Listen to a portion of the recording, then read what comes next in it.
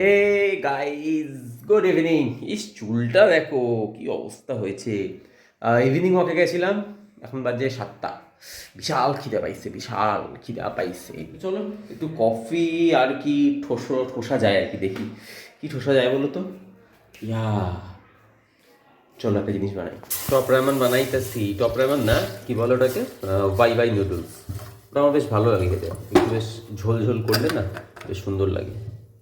তোমার কি হয়েছে? দেখো, তুমি ওকে দেখো, কি হয়েছে? তোমার বক্তব্যটা কি? কি বক্তব্য তোমার?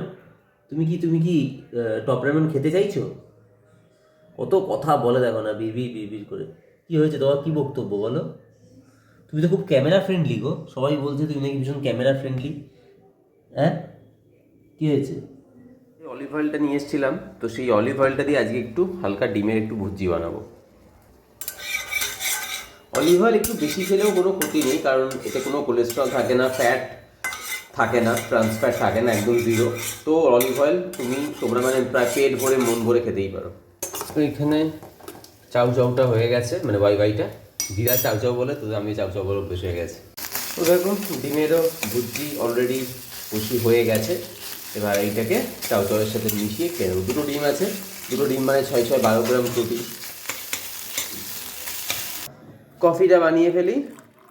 এটাই কিন্তু আমার রাত্রের ডিনার, এই 1 কাপ কফি আর ওই একটা Wai Wai with egg. So আমার ইভিনিং স্ন্যাক্স অ্যান্ড ডিনার দুটোই কিন্তু এটা একসাথে হয়ে গেল আজকে। কারণ আমি রেগুলারই 7টা 7:30টার মধ্যেই ডিনার করি, মাঝখানে কিছুদিন লেট হয়ে যাচ্ছিলো, 8টা 8:30 বেজে যাচ্ছিলো, তো আজকে তাড়াতাড়ি খেয়ে নিলাম। বেশ গরম গরম খেতে কিন্তু খারাপ লাগে না বলো?